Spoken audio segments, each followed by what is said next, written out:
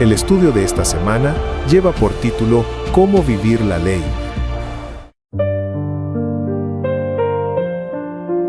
El monte Sinaí se erguía como escenario eterno. Vinieron truenos, relámpagos, nube espesa y sonido de bocina muy fuerte, y se estremeció todo el pueblo. Éxodo capítulo 19, versículo 16. Dios mismo descendió en fuego y humo, para mostrar que la ley no nace del hombre, sino del corazón divino. Allí Israel comprendió que la santidad es la presencia del Dios que dijo: Yo soy Jehová tu Dios, que te saqué de Egipto. Éxodo capítulo 20, versículo 2. Dios deseaba formar un pueblo distinto a las naciones circundantes, no esclavo de caprichos humanos, sino gobernado bajo su liderazgo. Cada precepto entregado en Sinaí apuntaba a una vida plena, centrada en el amor a Dios y al prójimo. Era la revelación de un reino diferente, donde la justicia, la misericordia y la fidelidad serían la norma. Las leyes humanas siempre revelan el carácter de sus legisladores. Cuando el faraón ordenó la muerte de los niños hebreos, Éxodo capítulo 1 versículo 22, mostró su rostro cruel y opresor. Pero cuando el Dios del cielo entregó mandamientos que protegían la vida, la familia, el descanso, el respeto a los padres y la dignidad del prójimo, estaba revelando su naturaleza de amor. La ley no busca destruir, sino preservar. No impone cadenas, sino que abre senderos hacia la verdadera libertad. La ley de Dios no es un conjunto frío de normas escritas en tablas de piedra, es el reflejo vivo de su carácter, la huella de su amor grabada para siempre en la historia de la humanidad. Como declara el salmista, la ley de Jehová es perfecta, que convierte el alma, el testimonio de Jehová es fiel, que hace sabio al sencillo. Salmos capítulo 19 versículo 7. ¿Lo percibes?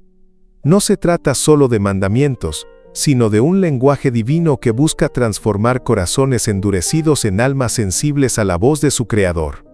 La perfección de esta ley no se limita a un código ético para la convivencia. Es la expresión más pura de la bondad de Dios, de su justicia incorruptible y de su amor insondable.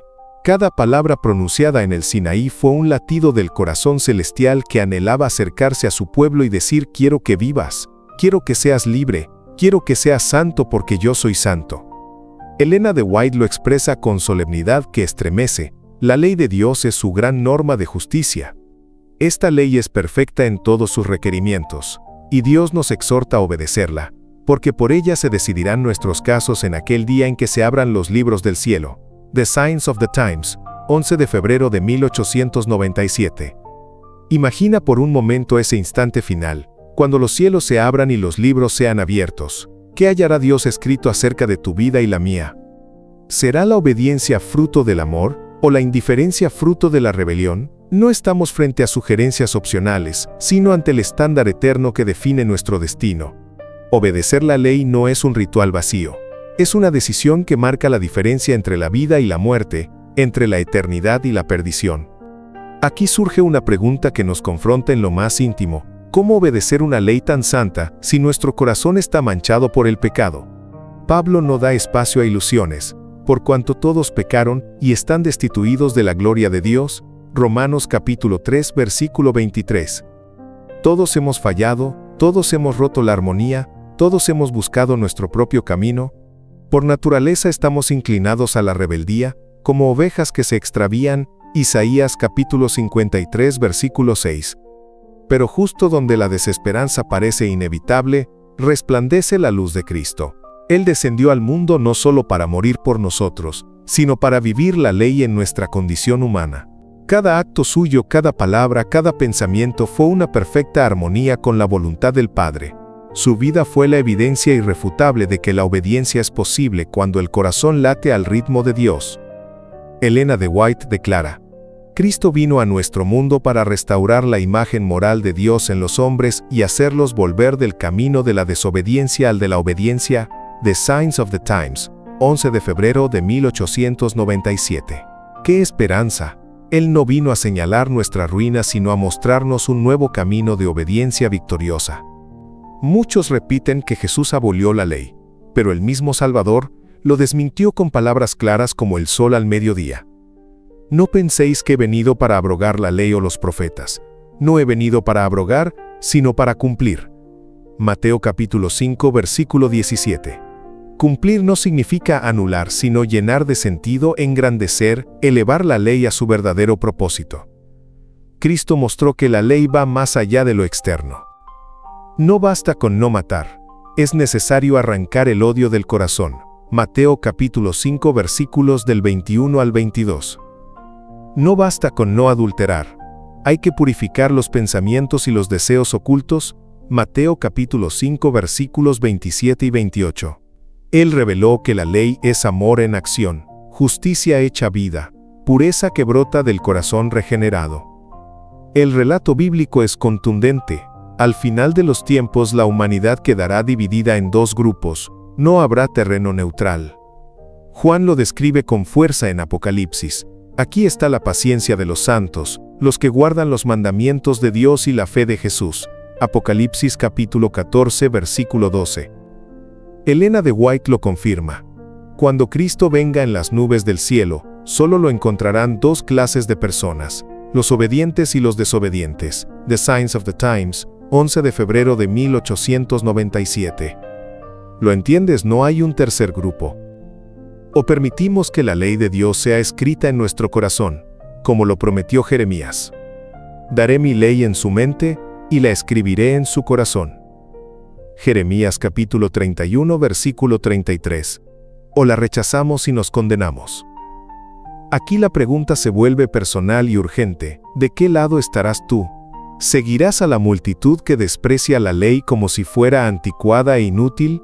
¿O te unirás a aquellos que la abrazan como un pacto eterno de amor con su Salvador? En un mundo que confunde libertad con libertinaje, la palabra nos sorprende. La ley no esclaviza, libera. Santiago la llama, la perfecta ley, la de la libertad. Santiago capítulo 1 versículo 25.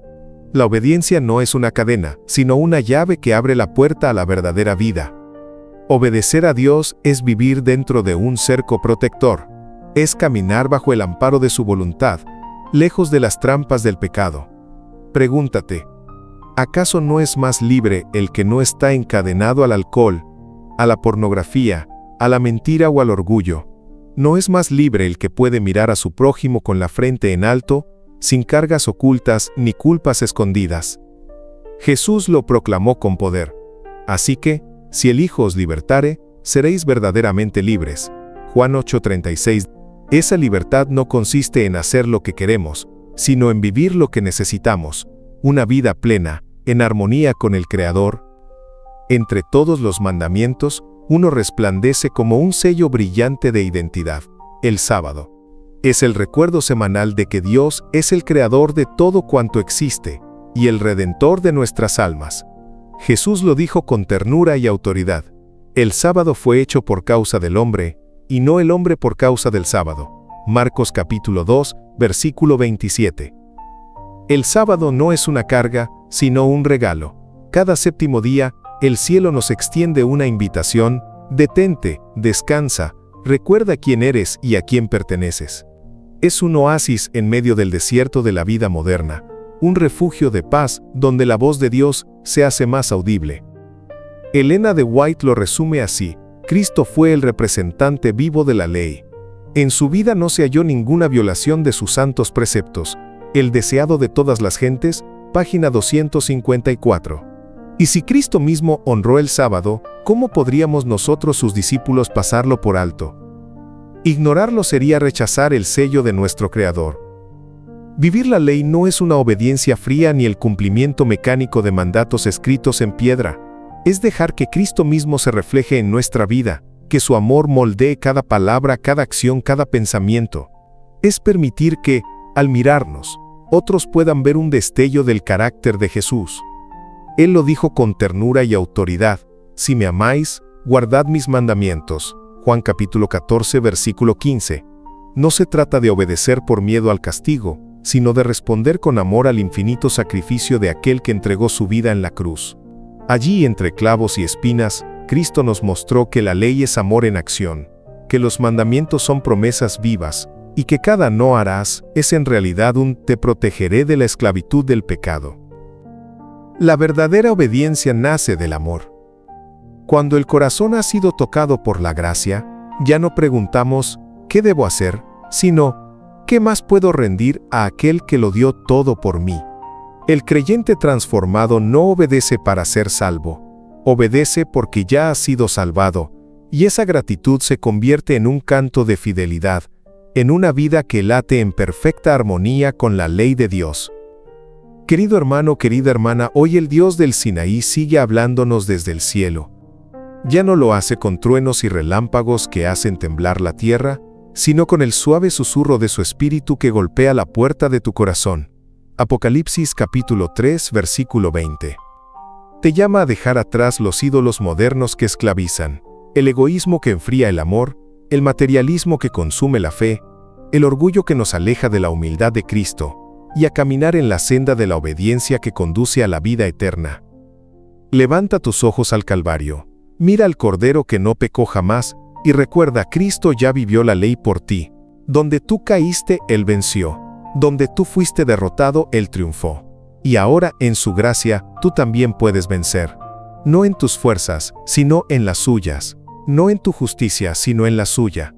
El día se acerca cuando se abrirán los cielos y veremos al Hijo del Hombre venir en gloria y majestad. Ese día habrá solo dos voces. Unos clamarán a las rocas que caigan sobre ellos, mientras otros, con lágrimas de gozo, levantarán la vista y dirán: He aquí, este es nuestro Dios, le hemos esperado y nos salvará. Isaías capítulo 25 versículo 9. ¿De qué lado estarás tú? Hoy es el momento de decidir. Hoy es el día de permitir que el Espíritu Santo escriba la ley en tu corazón y te prepare para ese encuentro glorioso. Querido amigo, querida amiga, si este mensaje ha tocado tu alma, no lo dejes pasar. Comparte esta esperanza con alguien más, suscríbete para seguir creciendo en la palabra, y déjame en los comentarios tu pedido de oración. Juntos elevaremos súplicas al cielo, pidiendo que el Señor escriba su ley en nuestras vidas, y que muy pronto podamos decir con gozo eterno: Este es nuestro Dios, le hemos esperado, y Él nos salvará. El domingo estudiaremos una de las secciones más solemnes y transformadoras de la Escritura, el Código del Pacto. Este no fue un agregado frío de normas, sino la manera en que Dios, con ternura y firmeza, mostró a su pueblo cómo traducir los 10 mandamientos eternos en la vida diaria. El monte Sinaí aún estaba envuelto en la nube ardiente de la gloria divina. El eco de la voz de Dios estremecía los corazones. Habla tú con nosotros, y nosotros oiremos, pero no hable Dios con nosotros para que no muramos. Éxodo capítulo 20 versículos 18 a 19. Suplicaban los israelitas temblando de miedo. Pero ¿qué buscaba Dios? No solo dictar normas. Su propósito era formar un pueblo santo, justo, distinto al resto del mundo. Por eso, además del Decálogo, entregó ordenanzas prácticas, conocidas como el Código del Pacto. Elena G. de White comenta con profundidad espiritual: la mente de la gente, cegada y envilecida por la servidumbre y el paganismo, no estaba preparada para apreciar plenamente los abarcadores principios de los 10 preceptos de Dios. Para que las obligaciones del Decálogo pudieran ser mejor comprendidas y ejecutadas, se añadieron otros preceptos. Patriarcas y Profetas, página 282. Era la pedagogía divina. La ley escrita en piedra debía hacerse carne en la vida diaria. Ejemplos, casos concretos, ordenanzas prácticas. Dios estaba mostrando, con paciencia de maestro, lo que significa amar a Dios con todo el corazón y al prójimo como a uno mismo. A primera vista, lo que aparece en el código nos resulta incómodo, las leyes sobre la esclavitud. Pero si miramos más de cerca, descubrimos una revolución silenciosa. Dice Éxodo capítulo 21 versículos 1 y 2, estas son las leyes que les propondrás. Si comprares siervo hebreo, 6 años servirá, mas al 7º saldrá libre, de balde. ¿Qué contraste con Egipto? Allí habían sido tratados como bestias de carga, sin dignidad ni esperanza. Pero ahora, Dios les muestra un nuevo camino. Aún el siervo debía ser respetado, su servicio limitado a 6 años, y en el 7º año debía recobrar la libertad. Y más aún, incluso el esclavo debía participar del descanso sabático. El 7º día es reposo para Jehová tu Dios, no hagas en él obra alguna, ni tu siervo, ni tu sierva. Éxodo capítulo 20 versículo 10. ¡Qué poderoso mensaje! El descanso no era privilegio de algunos, sino derecho de todos. Mientras las naciones vecinas consideraban al esclavo como propiedad perpetua, Israel debía verlo como hermano en servidumbre temporal. Y si el esclavo por amor elegía permanecer con su amo, lo hacía voluntariamente. Éxodo capítulo 21 versículos 5 y 6. ¿No resuena esto en nuestro presente? Aunque la esclavitud legal ha sido abolida, persisten cadenas modernas, explotación laboral, trata de personas, deudas impagables, adicciones que someten la mente y el cuerpo. Y la voz de Dios aún clama: mi pueblo no debe ser indiferente ante la opresión. El Código del Pacto también protegía lo más sagrado, la vida humana. Así lo expresa la Escritura: el que hiriere a alguno, haciéndole así morir, él morirá. Éxodo capítulo 21 versículos 12. Lejos de ser una declaración fría, este mandato subrayaba la santidad de la vida, recordando que cada persona tiene un valor incalculable, porque fuimos creados a la imagen de Dios. Génesis capítulo 1 versículos 27. La intención divina no era promover la violencia, sino establecer límites claros para evitar abusos, venganzas desmedidas y derramamiento innecesario de sangre. Incluso en situaciones dolorosas como accidentes o defensa propia, el Señor trazaba principios de justicia que debían ser guiados por la equidad y la misericordia, nunca por la ira ni la venganza personal. Así, la comunidad aprendía que la vida no podía tomarse a la ligera, y que toda decisión debía hacerse bajo el temor de Dios y el respeto a su creación. ¿Y qué de nosotros? Vivimos en un mundo donde la violencia parece normal, donde la vida del no nacido es desechada, donde el anciano es olvidado, donde el marginado es invisibilizado. El Código del Pacto nos recuerda que cada ser humano lleva la huella del Creador. ¿Cómo lo tratamos? ¿Cómo protegemos esa chispa divina en quienes nos rodean? Los capítulos 21 a 23 de Éxodo parecen un catálogo de normas sobre daños personales, propiedad, justicia social e idolatría. Pero no son meras reglas. Eran la estrategia divina para frenar la avalancha del mal y edificar una sociedad justa y ordenada. Elena de White escribió con fuerza profética: la ley moral es el muro que Dios interpone entre el agente humano y el pecado. Es universal e inmutable. Otros mandamientos en la Escritura solo amplían su contenido, pero todo descansa en el Decálogo. Signs of the Times, 5 de junio, 1901. El Decálogo era el corazón palpitante, el código del pacto, la aplicación práctica. La ley no era teoría, era justicia concreta, misericordia encarnada, orden social en armonía con la santidad divina. Aquí encontramos una verdad que debe estremecernos. La ley moral, el Decálogo, fue escrita con el dedo mismo de Dios en piedra, eterna, inmutable. Jesús lo afirmó: hasta que pasen el cielo y la tierra, ni una jota ni una tilde pasará de la ley. Mateo 5:18. En cambio, las leyes positivas, como las del Código del Pacto, eran contextuales, aplicadas a la organización civil y religiosa de Israel. Pero aunque muchas de ellas ya no nos rigen de forma literal, sus principios siguen siendo una brújula vigente. La liberación del esclavo nos enseña a luchar hoy por la justicia social. La restitución por daños nos recuerda la responsabilidad y la empatía. El descanso sabático proclama igualdad y dignidad para todos, desde el más poderoso hasta el más vulnerable. El salmista proclamó: hasta la eternidad, oh Jehová, tu palabra permanece en el cielo. Salmo 119:89. Y nuevamente: seguros son todos tus preceptos, establecidos para siempre jamás. Salmo capítulo 111 versículos 7 y 8. Elena de White abre la cortina del cielo y nos revela algo sublime. La ley de Dios que se encuentra en el santuario celestial es el gran original del que los preceptos grabados en las tablas de piedra eran copia exacta. Ni un mandamiento ha sido anulado. El conflicto de los siglos, página 430. ¡Qué verdad solemne! Cuando estudiamos el Código del Pacto, no repasamos un archivo muerto de normas antiguas. Estamos escuchando el eco de la voz del trono, contemplando el reflejo del carácter eterno de Dios, que aún hoy nos llama a ser santos, justos y misericordiosos. Querido hermano, querida hermana, el código del pacto fue más que leyes para Israel. Fue la revelación de un Dios que ama, que protege, que libera, que enseña cómo vivir en justicia. Y hoy, esa misma voz te llama a ti. No veas la ley como una carga, sino como un regalo de libertad. No la mires como cadenas, sino como alas que elevan la vida hacia el cielo. Cristo mismo, en quien se cumplen todas las ordenanzas, quiere escribir esa ley en tu corazón. Hebreos capítulo 8 versículo 10. Pregúntate hoy, ¿estás viviendo bajo los principios eternos de justicia y misericordia? ¿Estás siendo luz en medio de un mundo que aún vive en tinieblas de opresión y violencia?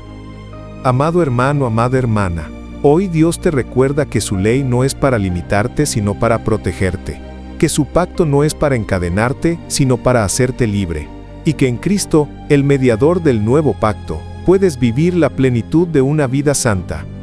Te invito a suscribirte a este canal y compartir este mensaje con alguien más, y te animo a dejar aquí tu pedido de oración. Juntos podemos llevarlo al Dios que escucha, que responde y que sigue escribiendo su ley en los corazones de quienes lo buscan. El lunes estudiaremos más leyes. El viaje de Israel por el desierto no fue solamente un caminar bajo el sol abrasador o una travesía entre arenas y montañas inhóspitas. Fue un viaje del alma.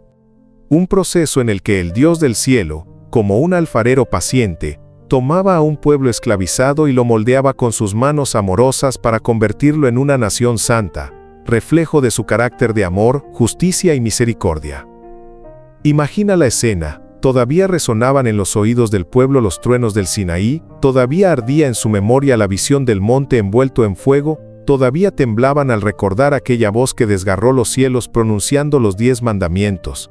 Y ahora el mismo Dios que habló en majestad, desciende con ternura a los detalles más sencillos de la vida diaria.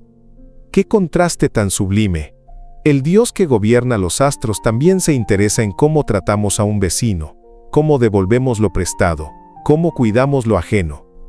Porque la santidad no es un ideal abstracto que se guarda para los templos y momentos solemnes. No, la santidad debía vivirse en el mercado, en el campo, en la casa, en los pequeños actos cotidianos.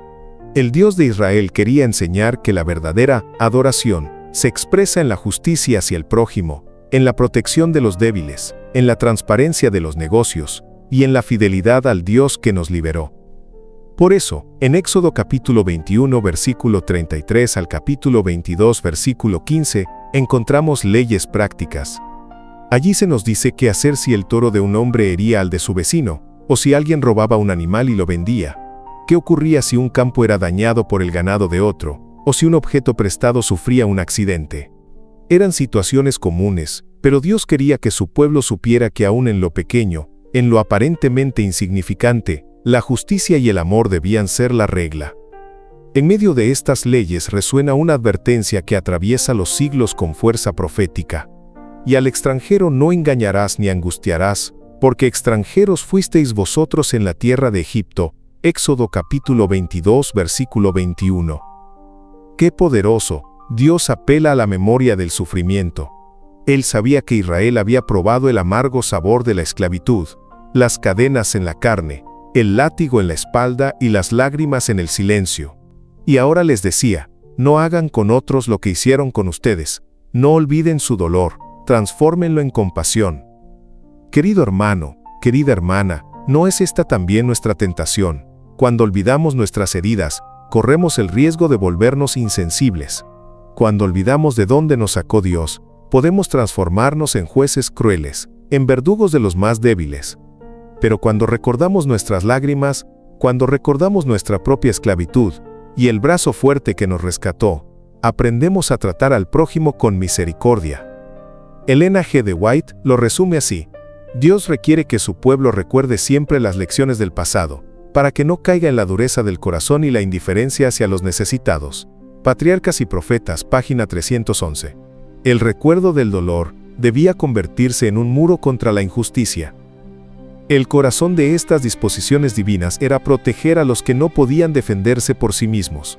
Así dice el Señor: a ninguna viuda ni huérfano afligiréis, porque si tú llegas a afligirlos, y ellos claman a mí, ciertamente oiré yo su clamor. Éxodo capítulo 22 versículos 22 y 23. Qué ternura y qué justicia se entrelazan en estas palabras. Dios se revela como el defensor de quienes no tienen voz, como el refugio de los que han perdido todo. En la balanza divina, el clamor del pobre pesa más que el poder del rico. La justicia humana puede ser ciega, pero la justicia de Dios nunca se adormece. La promesa es solemne, ciertamente oiré yo su clamor. Aunque el mundo calle, aunque los jueces fallen, aunque los poderosos ignoren, Dios asegura que Él escucha. Ellen G. de White nos recuerda: el Señor deseaba que estas leyes corrigieran las tendencias pecaminosas del corazón humano y refrenaran las inclinaciones naturales. Patriarcas y Profetas, página 311. Es decir, Dios colocó estas disposiciones como un cerco de amor contra la avaricia, el abuso y la explotación. Un muro para detener el egoísmo humano. Pero Dios no solo se preocupa por cómo tratamos al prójimo. El mismo Dios que ordena cuidar a las viudas y los huérfanos, también vela por nuestra relación con Él. Como lo vemos en Éxodo capítulo 23 versículos 10 y 19, entre las leyes sociales, el Señor introduce mandatos espirituales, el sábado y las fiestas solemnes. El sábado no es simplemente un descanso físico, es un recordatorio semanal de nuestra identidad más profunda. Como leemos en Génesis capítulo 2 versículos 2 y 3. Y acabó Dios en el día séptimo la obra que hizo, y reposó el día séptimo de toda la obra que hizo. Y bendijo Dios al día séptimo, y lo santificó. Allí en el Edén, cuando aún no existía pecado, Dios instituyó el sábado como un lazo de amor y comunión. Fue el primer regalo del Creador a la humanidad. Un día de reposo, de encuentro, de intimidad con Él. Más tarde, en Deuteronomio capítulo 5 versículo 15, ese día adquiere otro matiz. Acuérdate que fuiste siervo en tierra de Egipto, y que Jehová tu Dios te sacó de allá con mano fuerte y brazo extendido, por lo cual Jehová tu Dios te ha mandado que guardes el día de reposo. El sábado une creación y redención, nos recuerda que no somos hijos del azar, sino criaturas hechas por las manos de Dios. Y nos recuerda que no somos esclavos sin esperanza, porque fuimos rescatados con su brazo poderoso. Jesús mismo siglos después reafirmó este principio con claridad. El sábado fue hecho por causa del hombre, y no el hombre por causa del sábado. Así que el Hijo del Hombre es Señor aún del sábado. Marcos capítulo 2 versículos 27 y 28. ¿Lo entiendes? El sábado no es una carga legalista, sino una bendición. No es un fardo, sino libertad. Es un encuentro semanal con el Señor de la vida. Ellen G. de White lo expresó así: el sábado es un lazo de unión entre Dios y su pueblo. Es una señal de que Él es el que lo santifica. Patriarcas y Profetas, página 311. Junto al sábado, el Señor instituyó para Israel 3 fiestas solemnes que marcarían no solo el calendario, sino también la memoria y la espiritualidad de todo el pueblo. Eran más que simples reuniones sociales o celebraciones agrícolas. Eran memoriales sagrados, huellas grabadas en el corazón de la nación para recordar quién es Dios, lo que había hecho por ellos y lo que todavía prometía hacer. Cada fiesta era una ventana profética abierta hacia la eternidad, un faro que iluminaba el plan de la redención y mostraba el rostro misericordioso de Cristo. Todo comienza en la noche más decisiva de la historia de Israel, la Pascua en Egipto. Imagina aquel silencio tenso roto por lamentos en las casas egipcias, mientras la muerte recorría la tierra. En contraste, los hogares israelitas estaban marcados con la sangre del Cordero, un símbolo de protección y esperanza. Allí, con los lomos ceñidos y los pies calzados, los israelitas comían deprisa, listos para partir hacia la libertad. Como leemos en Éxodo capítulo 12 versículo 14, y este día os será en memoria, y lo celebraréis como fiesta solemne para Jehová durante vuestras generaciones. Dios quería que nunca olvidaran que su liberación fue comprada con sangre inocente. Pero aquella sangre no era un fin en sí misma. Cada cordero sacrificado apuntaba a un sacrificio mayor. Ellen G. de White lo declara con fuerza. Cuando el Salvador dio su vida en el Calvario, cesó el significado de la Pascua y quedó instituida la Cena del Señor para conmemorar el acontecimiento que había sido prefigurado por la Pascua. Patriarcas y Profetas, página 580. Toda la Pascua gritaba el nombre de Cristo, el verdadero Cordero de Dios, que quita el pecado del mundo. Juan capítulo 1 versículo 29. La celebración continuaba con la fiesta de los panes sin levadura. Durante 7 días el pueblo comía pan sin levadura, símbolo de pureza y sinceridad. Pablo lo interpreta así. Así que celebremos la fiesta, no con la vieja levadura, ni con la levadura de malicia y de maldad, sino con panes sin levadura, de sinceridad y de verdad. Primera carta a los Corintios 5 versículo 8. ¿No sientes el llamado de esta fiesta a tu vida hoy? El Cordero ya fue inmolado por ti. La sangre de Cristo ya está disponible para cubrir tus pecados. Pero ahora Dios te dice, saca la levadura de tu corazón. Esa levadura puede ser el orgullo, la mentira, el rencor, la maldad oculta que corroe en silencio. El Señor te invita a vivir una vida limpia, cubierta por la sangre y sostenida en la verdad. 50 días después de la Pascua llegaba Pentecostés, la fiesta de las semanas. Era una explosión de gratitud. El pueblo reconocía al Dios que hacía germinar la semilla, madurar el fruto y llenar de abundancia los graneros.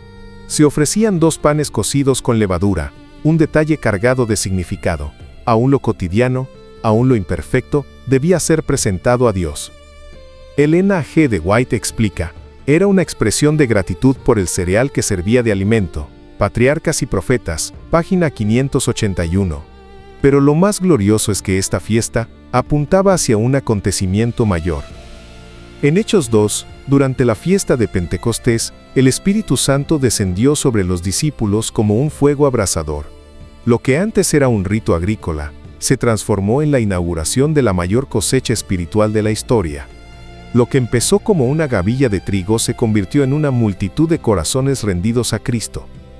¿Puedes imaginar la escena?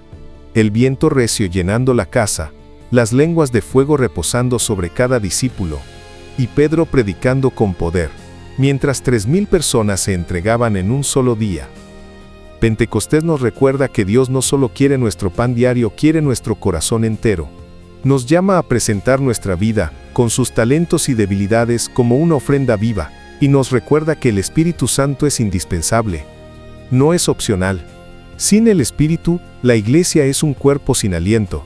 Con el Espíritu, es un ejército vivo que sacude al mundo. ¿Le has permitido al Espíritu Santo prender fuego en tu vida?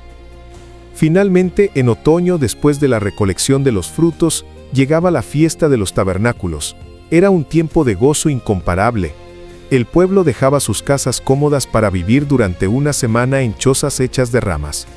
¿Por qué? Para recordar que en el desierto, sus padres vivieron como peregrinos, sostenidos únicamente por la gracia de Dios. El mandato divino lo resume así: en tabernáculos habitaréis 7 días, todo natural de Israel habitará en tabernáculos, para que sepan vuestros descendientes que en tabernáculos hice yo habitar a los hijos de Israel cuando los saqué de la tierra de Egipto. Levítico capítulo 23 versículos 42 y 43. Era una fiesta marcada por la gratitud.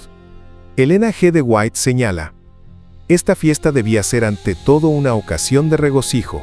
Patriarcas y Profetas, página 582. Después del solemne día de la expiación, cuando el pueblo recibía la seguridad del perdón, ahora podía regocijarse sin reservas. Los campos ya estaban vacíos de labores, los frutos almacenados, y todo invitaba a detenerse y alabar al Dios de la provisión. Pero la fiesta de los tabernáculos miraba más allá, apuntaba hacia el futuro, hacia la esperanza última. Como leemos en Apocalipsis capítulo 21 versículo 3. He aquí el tabernáculo de Dios con los hombres, y Él morará con ellos, y ellos serán su pueblo, y Dios mismo estará con ellos como su Dios. ¿Puedes imaginarlo? Una humanidad reconciliada, entrando como una gran cosecha al reino eterno. El gozo no durará 7 días, sino la eternidad entera.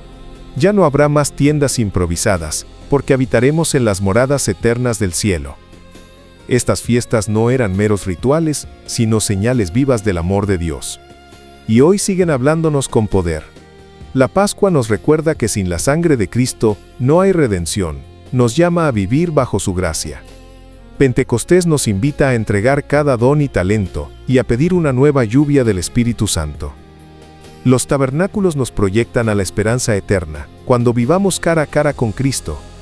Y junto a ellas, el sábado se mantiene como un memorial semanal que nos recuerda que fuimos creados, redimidos y santificados por el mismo Dios. Querido hermano, querida hermana, el Dios que instituyó estas fiestas no quería cargar a su pueblo con ritos vacíos. Quería grabar en sus corazones recuerdos imborrables de gracia, gratitud y esperanza. Hoy te dice: no afligirás al extranjero, Éxodo capítulo 22 versículo 21, porque yo escucho el clamor de los olvidados. Acuérdate del día de reposo, Éxodo capítulo 20 versículo 8, porque yo sé que tu alma necesita descanso. Celebrad delante de Jehová vuestro Dios, Deuteronomio capítulo 16 versículo 11, porque yo deseo que vivas en gozo, no en cargas. Elena G. de White lo resume así: la religión de Cristo nunca degrada al que la recibe, sino que lo ennoblece, lo purifica y lo eleva. El camino a Cristo, página 97. Amado amigo, ¿qué fiesta estás celebrando hoy en tu vida? ¿La Pascua de la liberación por la sangre de Cristo, el Pentecostés del fuego del Espíritu Santo? ¿O vives ya con la mirada puesta en los tabernáculos eternos? Hoy Dios quiere que tu vida esté marcada por la justicia hacia el prójimo, la gratitud sincera y la adoración al Creador.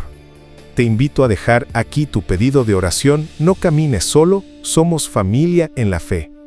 Suscríbete a este canal, comparte este mensaje con alguien que lo necesite y prepara tu corazón para la gran fiesta eterna en la presencia de Cristo. El martes abriremos las Escrituras para contemplar uno de los pasajes más solemnes y reveladores del Pentateuco. Éxodo capítulo 23, versículos del 20 al 33. Aquí no solo se nos presenta un mandato, sino que se descorre el velo sobre el plan original de Dios para su pueblo. No se trataba de una conquista marcada por la violencia humana, por la espada ni por el derramamiento de sangre. Era algo mucho más sublime, un acto de gracia divina. El mismo Dios iría al frente, como un guerrero invencible, peleando por su pueblo y abriendo el camino hacia la tierra prometida. Esa herencia no sería arrancada a la fuerza, sino recibida como un regalo del cielo, una dádiva de amor. ¿Puedes verlo?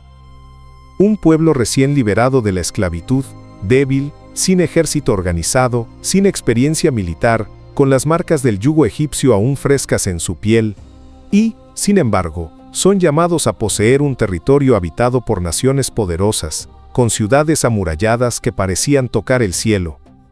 Humanamente era imposible. Pero allí estaba la lección eterna. Las promesas de Dios jamás dependen de la fuerza humana, sino de la confianza en su poder ilimitado. Desde los albores de la historia sagrada, Dios había hecho un pacto solemne con Abraham. A tu descendencia daré esta tierra. Génesis capítulo 12 versículo 7.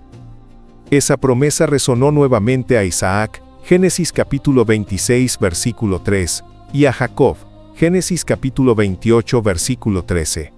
Cada repetición era un eco del amor divino, asegurando que la herencia no sería producto del sudor humano, sino cumplimiento de una palabra eterna. Pero Israel debía aprenderlo en carne propia. Cuando se vieron atrapados frente al Mar Rojo, con el rugido de los carros egipcios acercándose y la espuma de las olas golpeando a sus pies, el miedo los paralizó. Fue entonces cuando Moisés con voz firme proclamó lo impensable: no temáis, estad firmes, y ved la salvación que Jehová hará hoy con vosotros. Jehová peleará por vosotros, y vosotros estaréis tranquilos. Éxodo capítulo 14 versículos 13 y 14. ¡Qué escena estremecedora! De un lado, un mar cerrado. Del otro, el ejército más temido de la época. Y en medio, un pueblo aterrado que solo tenía dos opciones: mirar al enemigo o mirar a su Dios. Esa noche, las aguas se abrieron, y el mar se convirtió en un camino de libertad. Fue la primera gran lección: la victoria no nace de la espada, sino del brazo poderoso del Señor. Siglos después, la historia volvió a repetirse. Cuando Sennacherib, rey de Asiria, levantó su ejército contra Jerusalén, el pueblo esperaba el fin. Pero mientras los hombres temblaban, Dios actuaba. En una sola noche, sin que Israel blandiera una espada, el ángel de Jehová derrotó a 185,000 soldados, Isaías capítulo 37 versículo 36. Una vez más, quedaba demostrado que no es la fuerza del hombre la que decide la batalla, sino la palabra de aquel que gobierna el universo. El verdadero enemigo nunca fueron los ejércitos extranjeros, el enemigo más peligroso estaba dentro, la incredulidad. Esa es la batalla que aún libramos hoy. ¿Confiaremos en lo que ven nuestros ojos o nos aferraremos a lo que promete la palabra de Dios? En Éxodo 23, Dios revela su estrategia, una conquista diferente, una victoria sin violencia. Dos métodos sorprendentes se mencionan. Primero, el temor divino. Enviaré mi terror delante de ti, y consternaré a todo pueblo donde entres. Éxodo capítulo 23, versículo 27. El Señor no necesitaba ejércitos humanos. Bastaba con la manifestación de su presencia para que las naciones temblaran. No era un miedo natural, sino un estremecimiento profundo al saberse frente al Dios vivo, el mismo que abre mares, derriba imperios y sostiene el universo.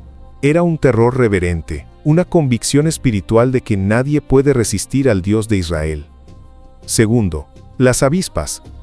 Enviaré delante de ti la avispa, que eche fuera al Ebeo, al Cananeo y al Eteo. Éxodo capítulo 23, versículo 28. Lo que a los ojos humanos parece pequeño e insignificante, en manos de Dios se convierte en arma invencible. Un simple enjambre podía desalojar ciudades enteras. ¡Qué lección de humildad! El Señor nos muestra que la creación entera es su ejército, que hasta lo más pequeño responde a su mandato. No habría necesidad de espada, porque cuando Dios habla, la naturaleza obedece. Estos métodos no eran casuales. Tenían un propósito pedagógico: enseñar a Israel a depender enteramente de Dios. El Señor quería grabar en sus corazones una verdad eterna. No serían sus estrategias, su valentía ni su inteligencia las que les darían la victoria, sino el brazo omnipotente del Altísimo. Elena G. de White, con sabiduría profética, comenta: el pacto de Dios había prometido la tierra a Israel, pero el falso informe de los espías infieles fue aceptado, y todo el pueblo fue engañado. Historia de los Patriarcas y Profetas, página 410. El problema no fueron los gigantes de Canaán, sino la duda sembrada en el corazón. 10 espías hablaron de imposibles, solo 2 vieron las promesas. Y el pueblo eligió creer a la mayoría incrédula. ¿Cuánto nos parecemos a ellos? Preferimos la seguridad de lo visible, aunque nos lleve a la derrota, antes que el desafío de confiar en lo invisible. Aquí, querido hermano o hermana, la Escritura nos confronta. ¿Cuántas veces Dios nos ha dicho yo iré delante de ti, y aún así nos paraliza el miedo? ¿Cuántas veces hemos preferido escuchar a los espías incrédulos que habitan en nuestra mente? Esas voces que dicen no puedes, es imposible, esto es demasiado grande para ti, en lugar de aferrarnos a la voz de Dios que proclama, mi gracia es suficiente, porque mi poder se perfecciona en la debilidad. Segunda de Corintios capítulo 12 versículo 9. La historia de Israel es espejo de nuestra vida. El mismo Dios que usó avispas y sembró terror en Canaán sigue abriendo camino hoy. Pero la gran pregunta que debemos hacernos es, ¿vivimos creyendo lo que vemos, o lo que Él prometió? En el corazón de la promesa de Éxodo 23, resplandece una verdad majestuosa y conmovedora. Israel no marchaba solo, era el mismo Hijo de Dios quien iba delante de ellos. La Escritura lo declara con solemnidad. He aquí yo envío mi ángel delante de ti para que te guarde en el camino, y te introduzca en el lugar que yo he preparado. Guárdate delante de él, y oye su voz, no le seas rebelde, porque él no perdonará vuestra rebelión, porque mi nombre está en él. Éxodo capítulo 23 versículos 20 y 21. Este no era un ángel común, creado como los demás, no. Era Cristo mismo, antes de su encarnación, manifestado como el ángel del Señor, el eterno Hijo que vela por su pueblo desde los días antiguos. Él fue la columna de nube que protegía del sol abrasador durante el día, y la columna de fuego que iluminaba y calentaba el campamento en las frías noches del desierto. Éxodo capítulo 13 versículos 21 y 22. Su presencia no era un símbolo vacío, era la garantía viva de que Dios mismo habitaba en medio de ellos. Imagina la escena.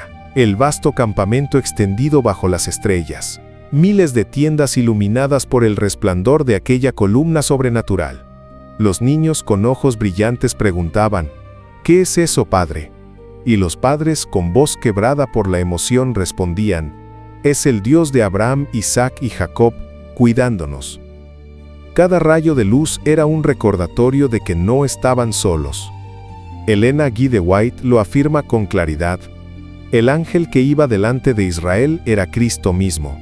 Revestido de una nube durante el día y de fuego durante la noche, él era para ellos seguridad de que Dios estaba presente.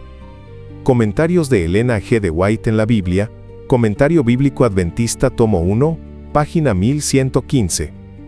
Pero aquella presencia exigía obediencia. Escuchar su voz era cuestión de vida o muerte.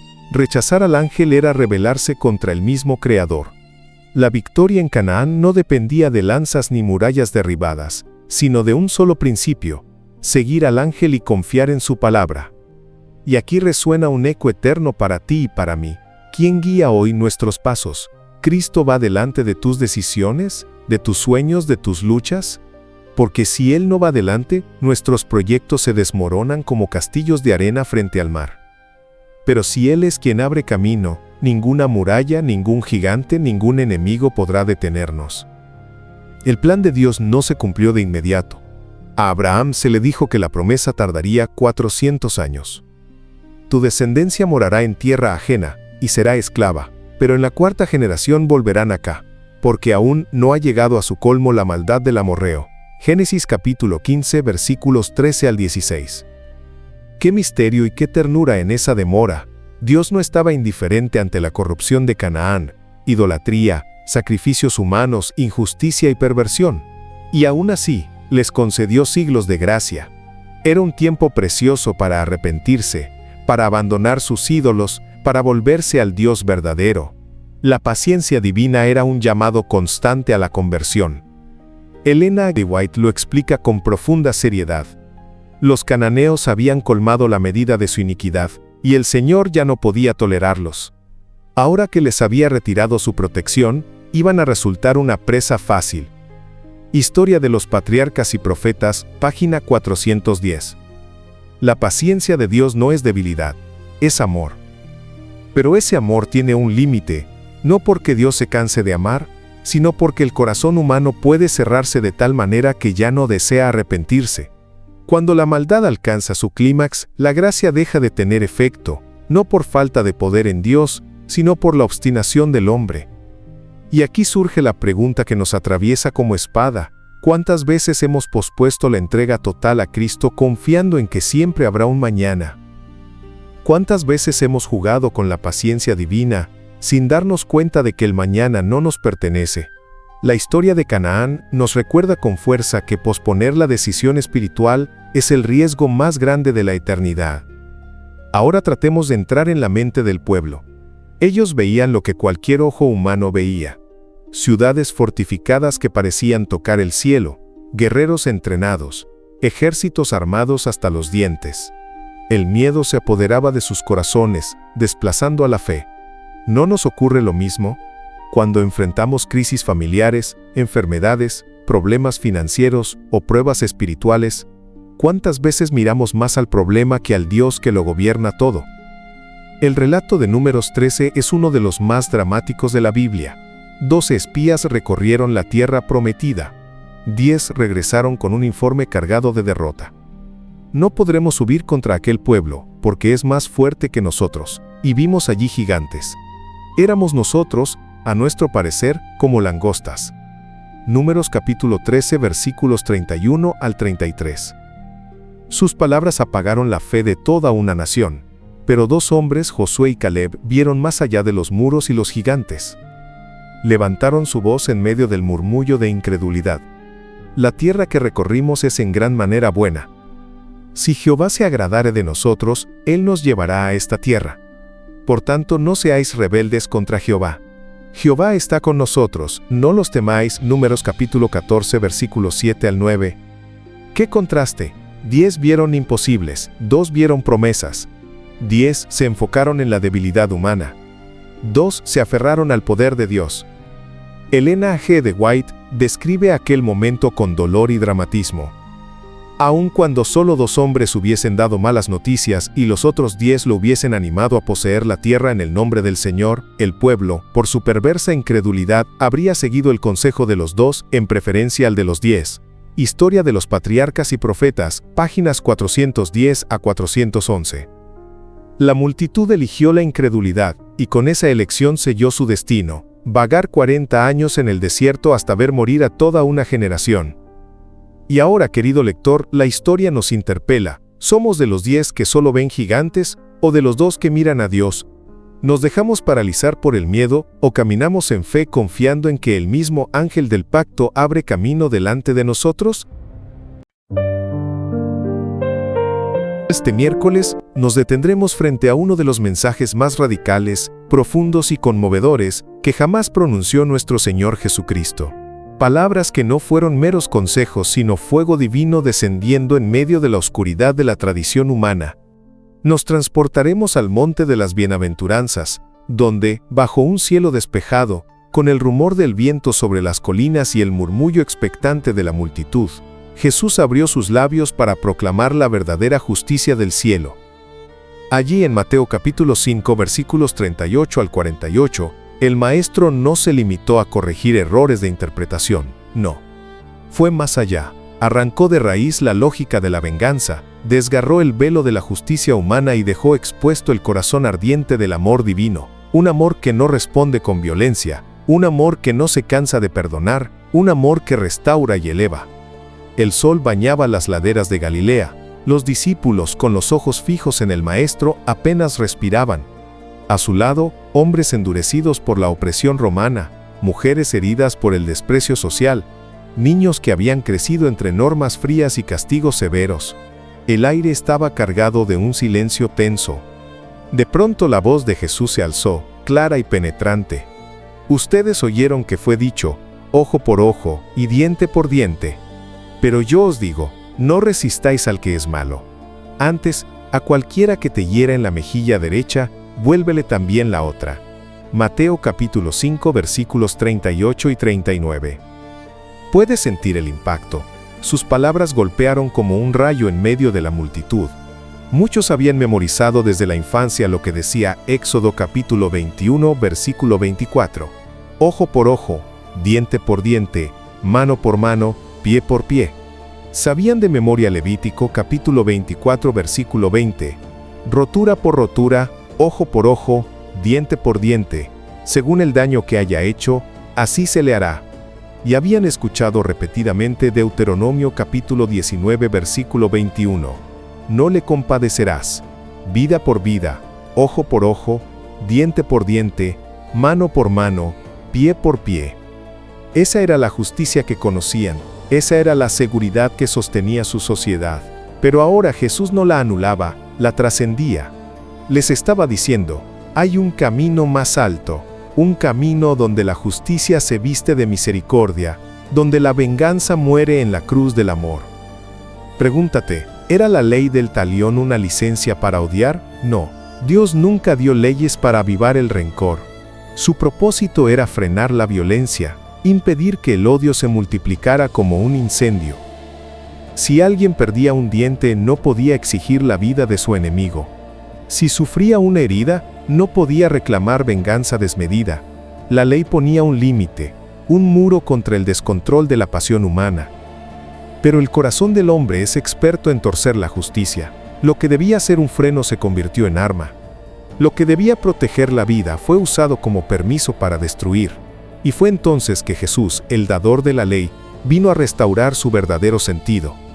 El Salvador, con infinita ternura y autoridad divina, reveló la esencia de la verdadera obediencia. No se trataba de devolver golpe por golpe, sino de transformar el mal en ocasión de bien. Como declara Isaías capítulo 42 versículo 21, el Señor se complació por amor de su justicia en engrandecer la ley y hacerla gloriosa. A cualquiera que te obligue a llevar carga por 1 milla, ve con él 2.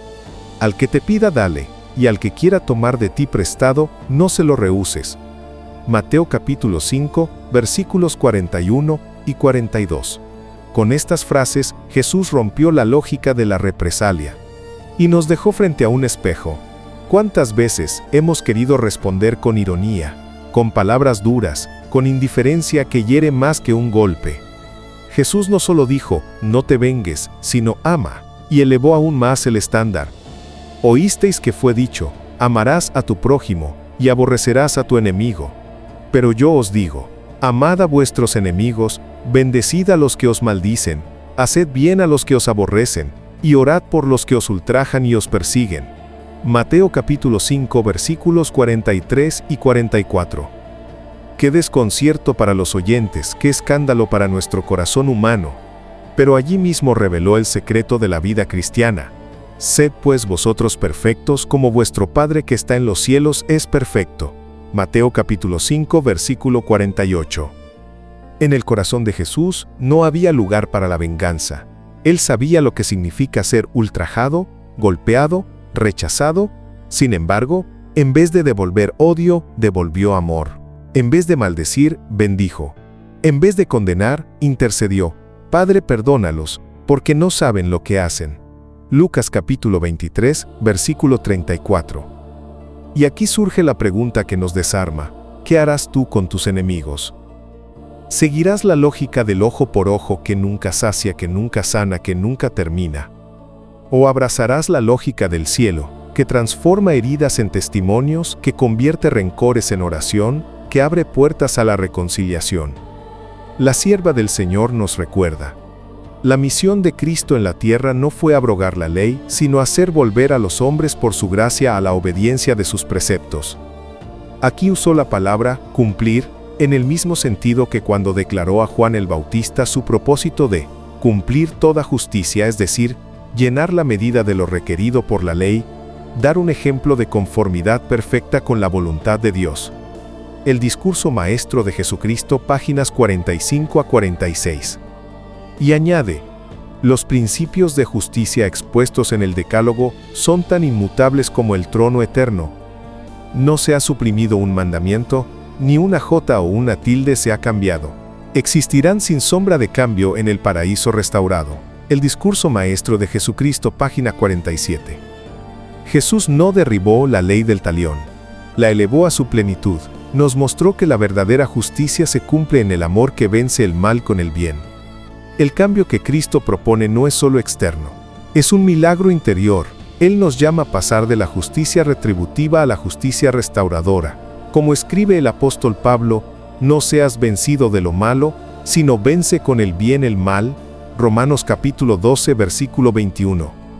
Ese principio opera en dos direcciones. Transforma al ofensor, el odio se desarma cuando recibe amor inesperado. Libera al ofendido, la amargura pierde poder cuando decidimos perdonar.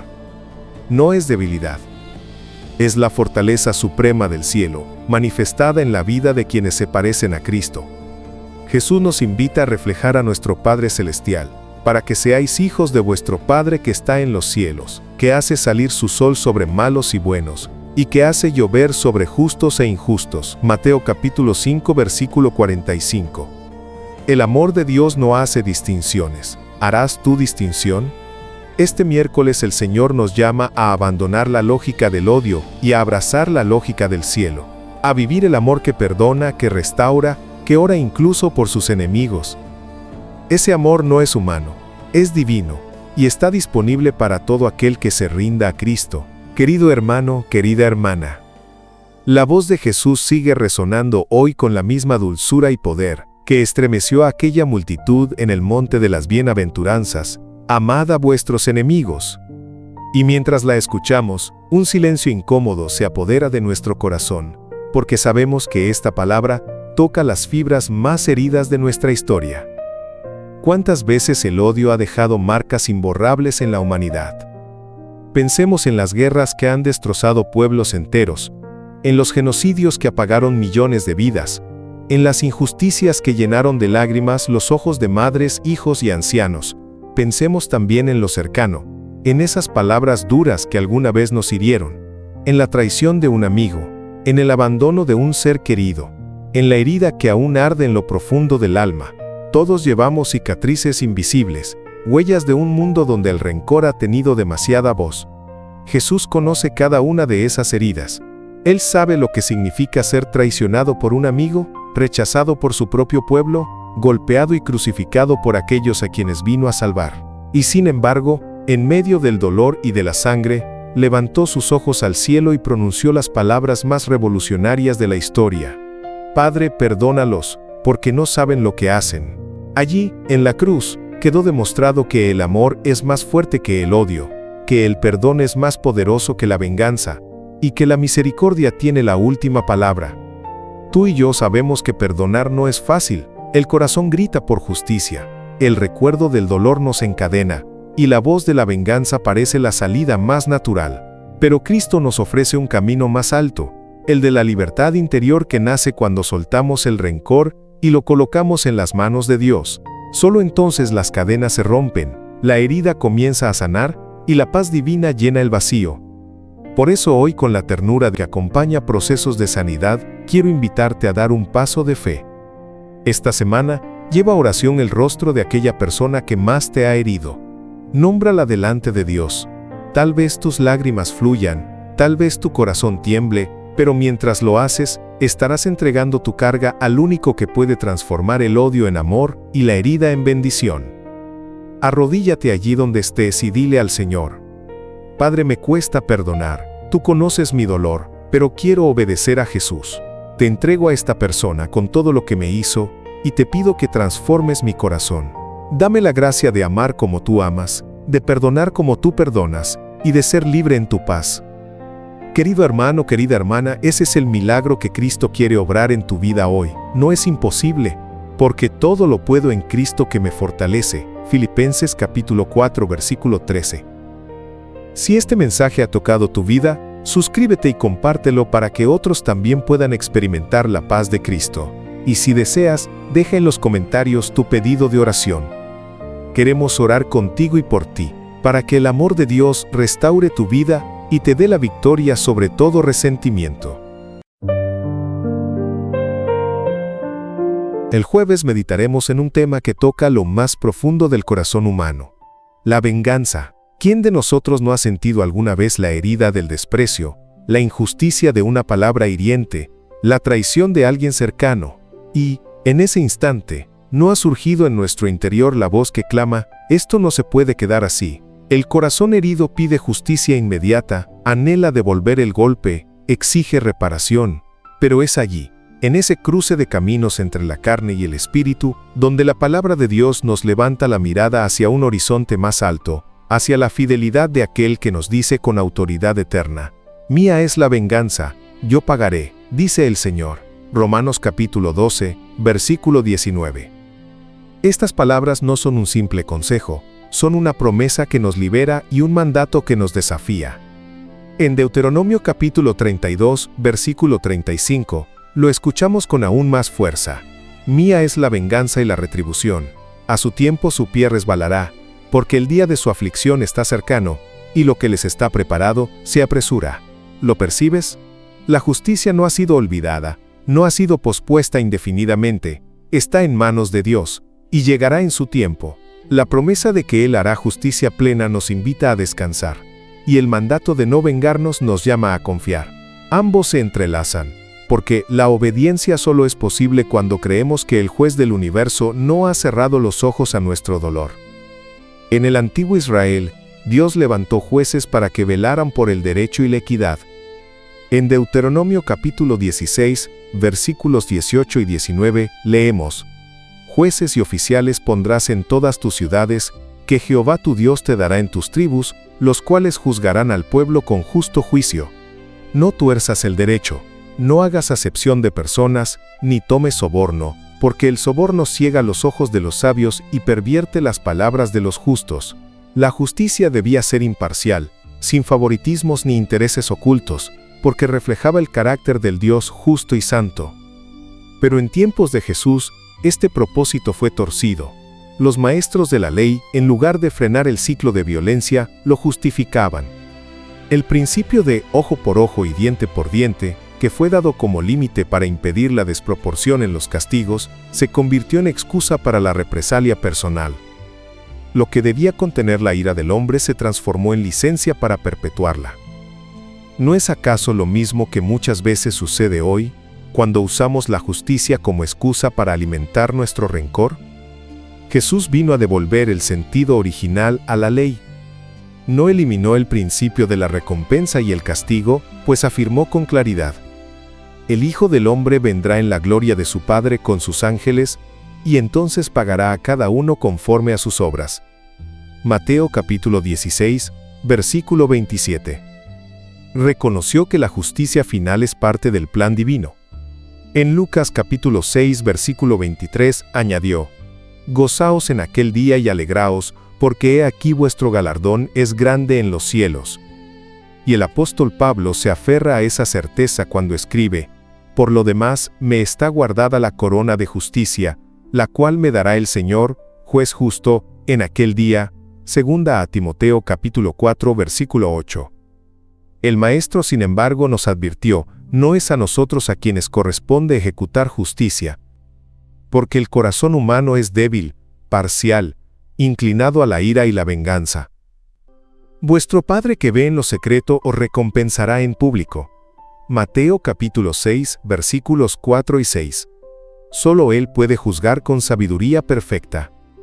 Por eso Jesús concluye en el Sermón del Monte con un llamado que todavía nos estremece: Sed pues vosotros perfectos como vuestro Padre que está en los cielos es perfecto.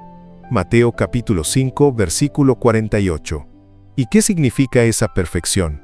No una impecabilidad fría, sino el reflejo del amor de Dios, que es capaz de amar al enemigo, orar por el perseguidor y bendecir al que maldice.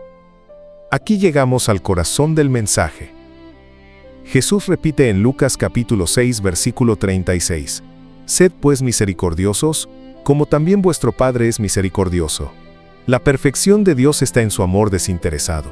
La perfección del cristiano está en imitar esa entrega. Pero ¿cómo lograrlo? ¿Cómo perdonar al que destruyó nuestra confianza, al que humilló nuestro nombre? Aquí entra en escena la gracia. Elena de White nos conduce al secreto con palabras conmovedoras. Dios nos amó con amor indecible, y nuestro amor hacia Él aumenta a medida que comprendemos algo de la largura, la anchura, la profundidad y la altura de este amor que excede todo conocimiento. Por la revelación del encanto atractivo de Cristo, el corazón obstinado se ablanda y se somete, y el pecador se transforma y llega a ser hijo del cielo. El discurso maestro de Jesucristo, página 66. Es decir, no se trata de nuestra capacidad, sino de la transformación que ocurre cuando contemplamos a Cristo en la cruz. Allí vemos al Hijo de Dios orando por sus verdugos: Padre, perdónalos, porque no saben lo que hacen. Lucas capítulo 23, versículo 34. Si ese amor nos alcanza, entonces el deseo de venganza comienza a morir en nosotros. Los judíos lo intentaron por sus fuerzas. Querían alcanzar la justicia a través de reglas, ritos y sacrificios humanos, pero Jesús les dijo: Si vuestra justicia no fuere mayor que la de los escribas y fariseos, no entraréis en el reino de los cielos. Mateo capítulo 5, versículo 20.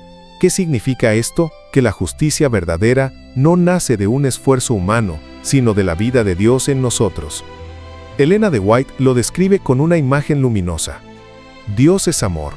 Como los rayos de la luz del sol, el amor, la luz y el gozo fluyen de Él hacia todas sus criaturas. Su naturaleza es dar. Nos pide que seamos perfectos como Él, es decir, de igual manera. Debemos ser centros de luz y bendición para nuestro reducido círculo, así como Él lo es para el universo. El discurso maestro de Jesucristo, página 67.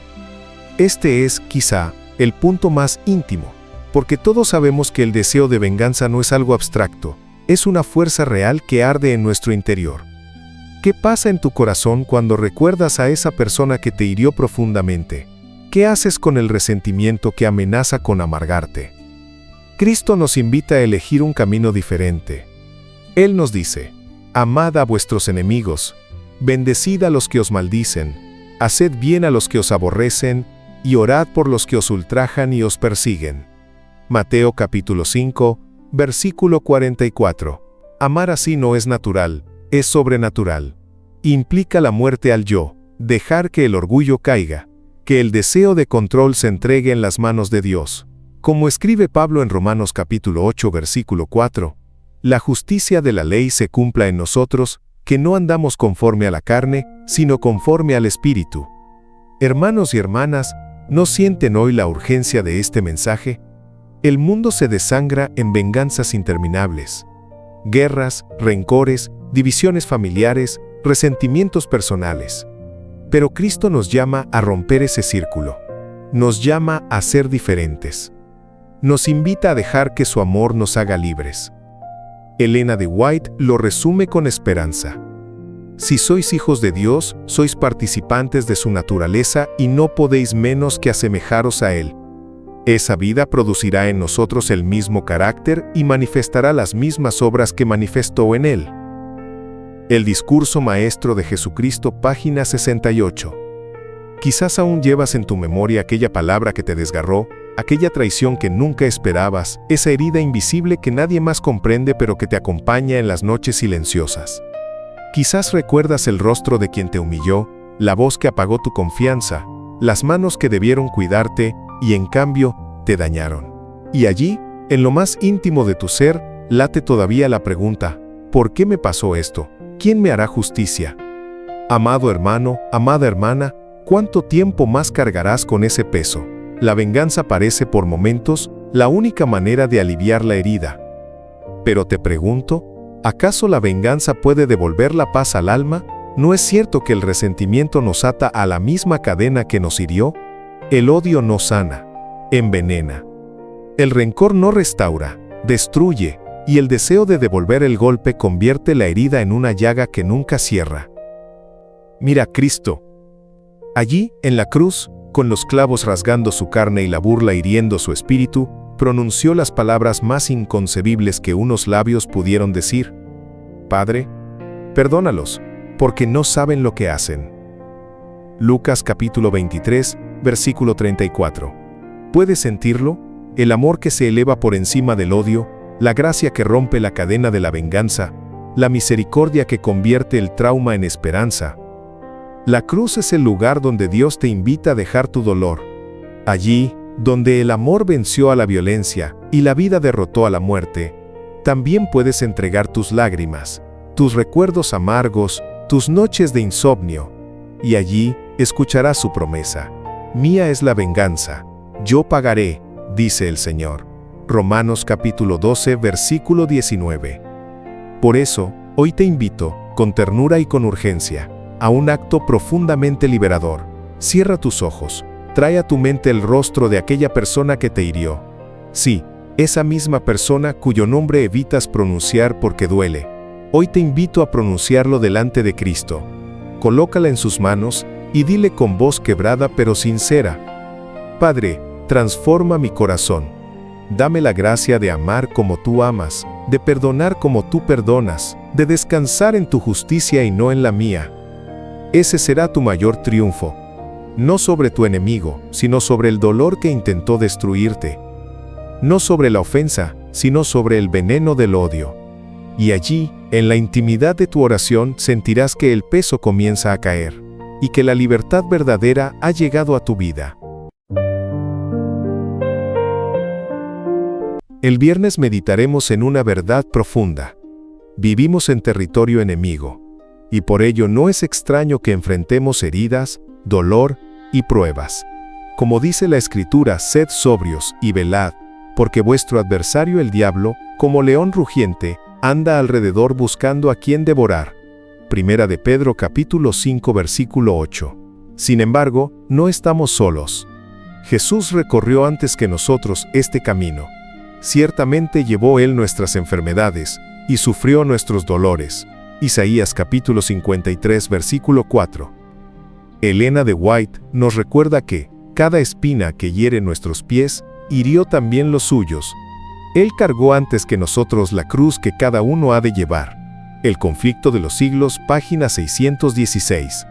Así entendemos que los conflictos no buscan destruirnos, sino prepararnos, porque la tribulación produce paciencia, y la paciencia, prueba, y la prueba, esperanza.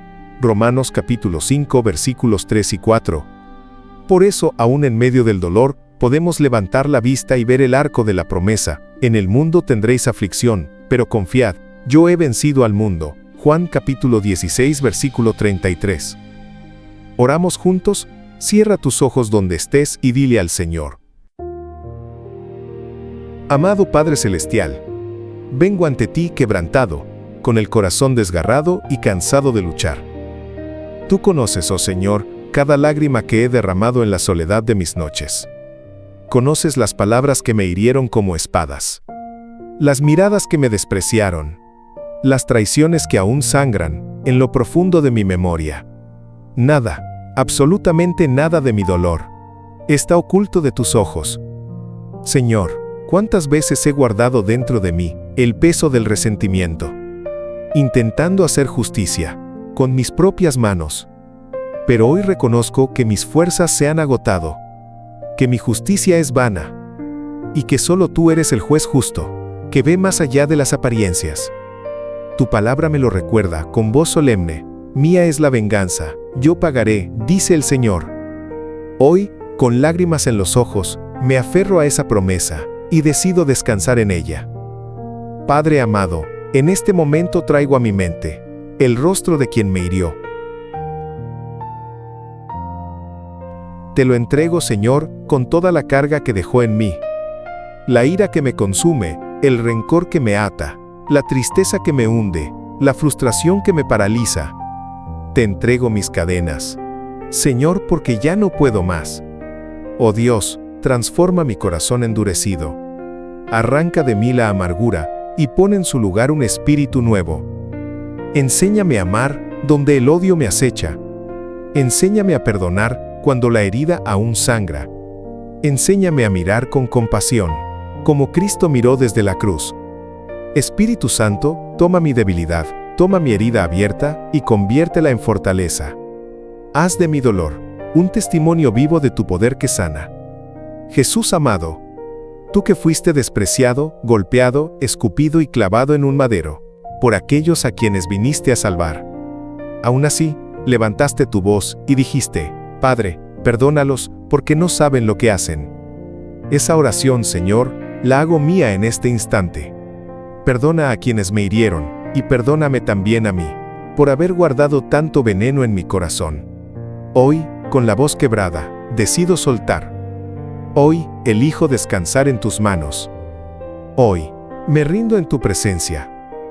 Creo en tu promesa, de que en Cristo somos más que vencedores. Y mientras dejo mis cargas a tus pies, recibo la paz que sobrepasa todo entendimiento. La paz que el mundo no puede dar ni arrebatar. Espíritu Santo, ven, llena los vacíos de mi alma. Entra donde solo hay llanto y pon esperanza. Sopla vida donde el dolor dejó cenizas. Enséñame a bendecir donde hubo maldición, a orar por quienes me hirieron, a esperar el día glorioso cuando tú enjugarás toda lágrima de mis ojos. Y ya no habrá muerte, ni llanto, ni dolor, porque lo viejo habrá pasado. Gracias, Señor, porque en ti soy libre. Gracias porque en ti el peso se rompe y las cadenas caen. Gracias porque en ti, aún las heridas más profundas, se convierten en caminos de gracia y esperanza. Con el alma rendida y las manos levantadas hacia el cielo, te lo entrego todo, en el nombre precioso de Jesús, mi Salvador y Redentor. Amén.